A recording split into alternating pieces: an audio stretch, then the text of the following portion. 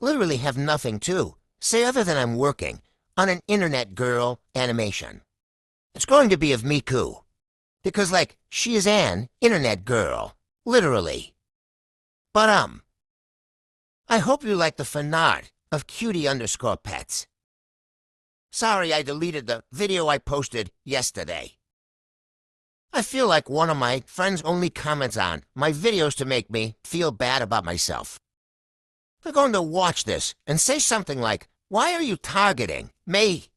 Or try to start an argument because that's just what they do. And it really frustrates me, and that's probably all they're trying to do.